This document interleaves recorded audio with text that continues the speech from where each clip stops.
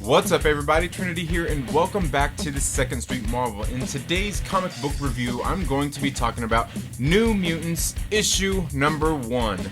Now, before I get into that, please make sure you're subscribed, click the little bell, and all of that good stuff. So, guys, it's here.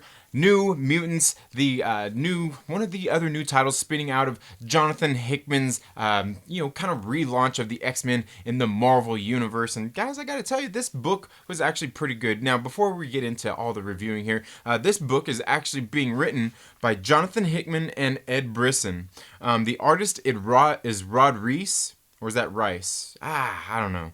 And it's lettered by VC's Travis Lanham. And the cover art here is done by Rod Reese as well.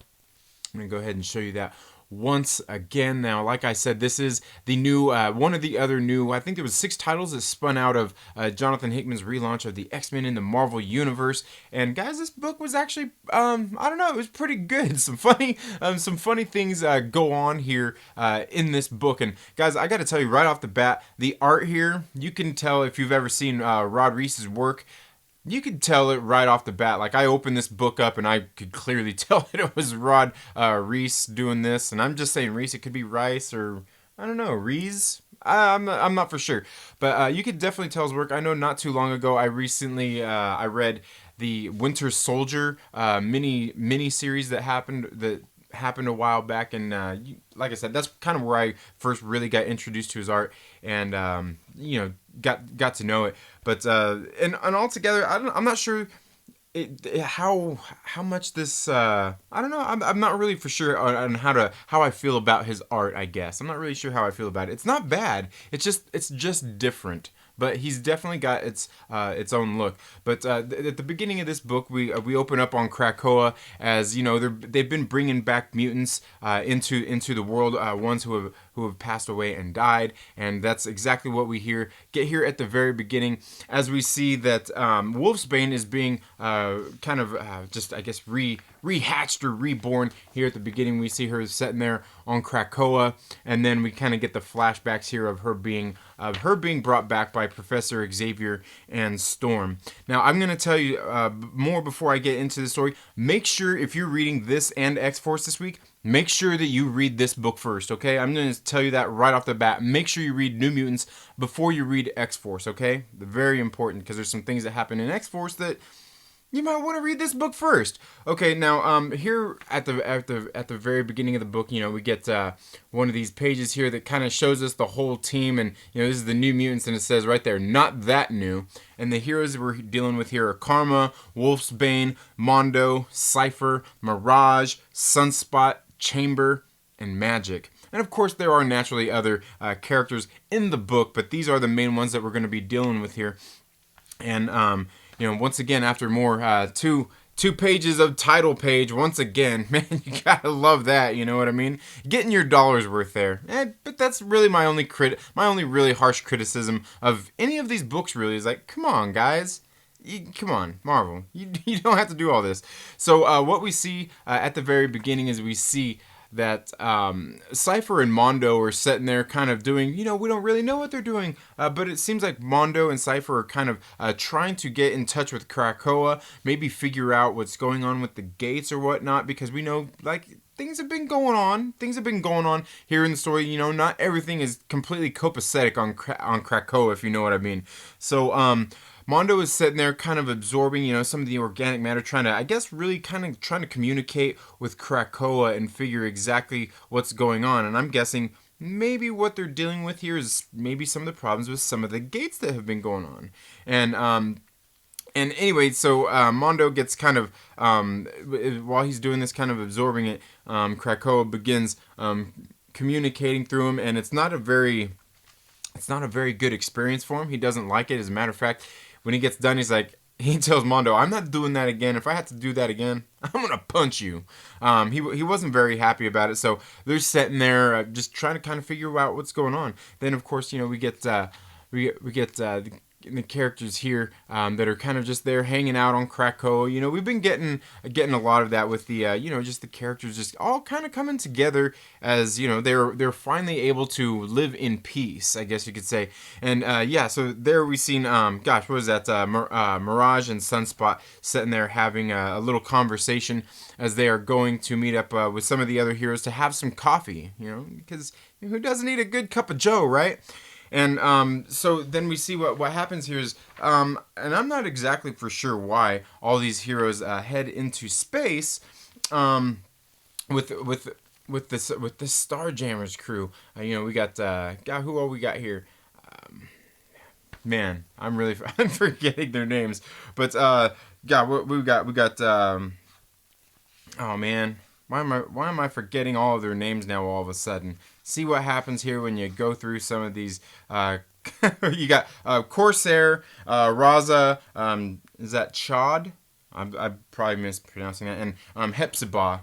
And they are here going through space, going to this spaceport that we learn a little bit more of. And while they're there traveling through space to their destination, we see that Cypher and Mondo go to kind of the, you know, this own living habitat on the ship that they have there. You know, it's obviously where there's a Krakoan gateway here, and they have just like their own little living environment there on the ship. And what we find is, you can see that Cypher actually has one of the flowers for the Krakoan gateways there. I'm guessing it's for the gateways. That he sits there, and when he goes into this little habitat, it's having this pool towards the gateway. And when he gets in there, he makes note of something strange. He's like, man, this is a little odd. He goes, like, I don't really feel it when we're on Krakoa, because everything there is just so, how does he exactly say it? He says, he said, it's weird. On the island, I couldn't tell because Krakoa is everywhere and everything. But here in space, there's just the slightest pull between this existing gateway and this gateway flower. Okay, so it's the gateway flower. I guess I must have just completely forgot about that. So he's noticing that there's this pull there. And other people have been making, you know, just kind of comments about how things are going there in Krakoa anyway. And then in walks, was it Chode? Ah, man, that's wrong. Just call him Chode, isn't it? I don't know how to pronounce his name, but he gets there and he's showing him like, hey, man, like this thing is ruining the habitat here because I've been growing these flowers that only hatch every once. These fruits that only hatch once every 10 years. They were about to hatch and now they're ruined. So basically, he tells Cypher like, so either you get that flower out of here, it's going through the gateway, it's going out the airlock, or you're going with it. And that's pretty much what he's left at. And you know, he's pretty apologetic. Cypher's like, hey man, like I'm sorry, I didn't realize. And then he ends up and go ahead and stores this flower inside of Mondo. You know, because you know after he does that, you know, there's kind of no it's not affecting the environment at that point. And so we see that they're traveling they're just there through space on the ship, and they're all just there, the crew and everybody kind of hanging out together, having a good time, and they're there sparring as well. And you can see that Magic and God, what's this other character's name? I can't remember his name all of a sudden. See, I'm not completely familiar with all of these characters. I'm going to say, Raza, that she's sitting there fighting with, and she ends up, you know, they're sitting there going back and forth. She chops off his arm, and he's angry. And she's like, hey man, it's only a mechanical arm. Come on, you know, those things are a dime a dozen here in the Marvel universe, right? So they're sitting there traveling to the space station to Benevolence, and we can see them sit there and arrive. And apparently, it turns out that the Starjammers here, this crew, are wanted by this kind of this God. What is it? It's like this the Empire. These people who run this particular space station as the Shi'ar. Okay, yeah, the Shi'ar space station. And, you know, we get, of course, we get more nice little pieces of 2-page spreads here that are so necessary to the story. I mean, they're highly necessary. And this, it kind of gives us a little breakdown of exactly what the Benevolence is. And this thing called the King Egg as well, which is something that, that they are there to commandeer. And so as they're arriving there, Corsair tells them, like, hey, when we get there, you guys stay on the ship, okay? You guys are going to have to stay on the ship. You don't want to deal with these people. these people have very strict rules, and they're like, well, hey, like the New Mutants are like, well, you're going, and like like you're wanted there, and he's like, well, yeah, that's different. You guys just stay on the ship. So naturally, once they get there, naturally the mutants don't stay on the ship while Corsair and his crew are going onto the Benevolence to obtain this king egg. And so what had happened was Magic actually seen kind of the floor plans and everything of what was going on as they were getting curious. So she transported them all to this room there where this king egg was at. And so they're there and they grab it, and of course the Starjammer crew, they all walk in on them, and they're like, hey, what the hell are you doing? What are you doing here? I told you to stay on the ship. So they get there, and they're trying to figure out like what's going on. They kind of get into a little scuffle, and it calls the attention of all these Shi'ar people there that are on the ship. I believe, weren't they? It's an actor, yeah, and talking about how religious they are. So they end up getting caught up with this crew that's there on the Benevolence, and the crew of the Starjammer was like, you know what, to hell with this, we're out of here. This is all I was coming here to get, and they pretty much ditch them there and leave all the New Mutants there. He leaves them all there, just stranded on the Benevolence, and they just end up taking off. And as a matter of fact, one of the New Mutants actually stayed behind because the rest of them actually fooled him, and that was Sunspot. Fooled Sunspot into staying there, who had actually won some alcohol from Corsair. So they fooled him into staying there behind, and when he comes out, he's like, "Oh man, you guys fooled me." But he ends up getting left behind as well, and we can see that basically all of the New Mutants end up getting captured there on the Benevolence, and but of course, Sunspot, something he had mentioned earlier when they were on the way there, is he's like, "Don't worry, guys, I've got a lawyer." And then we get this little ad in the back, just like we got the wanted poster for the crew there, and we get this nice little ad there for some lawyers. If you're having trouble, call us. We'll get you out of trouble. We all know how the lawyers are. But altogether, guys, like, I thought this issue was pretty good. I think somehow I think maybe I expected just a little bit more out of this issue.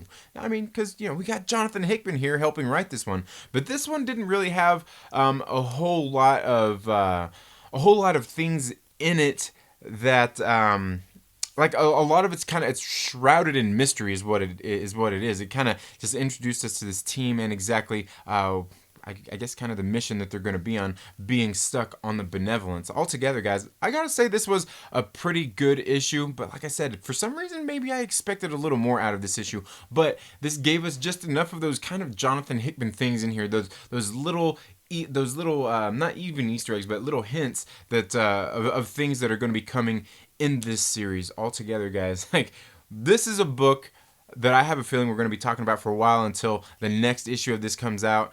And altogether, guys, I mean, like I said, if you've been paying attention and reading this series, I think this is definitely one you're going to want to pay attention to.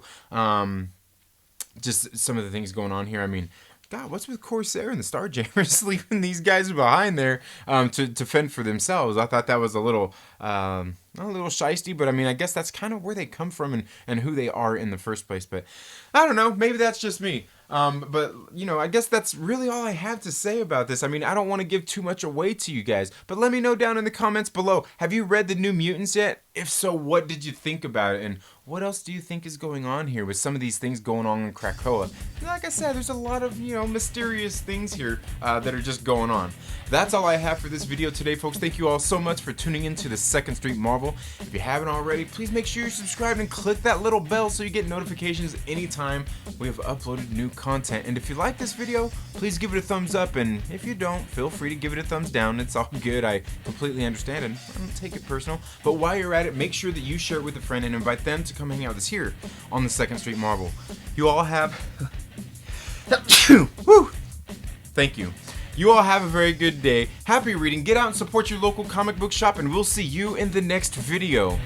Later.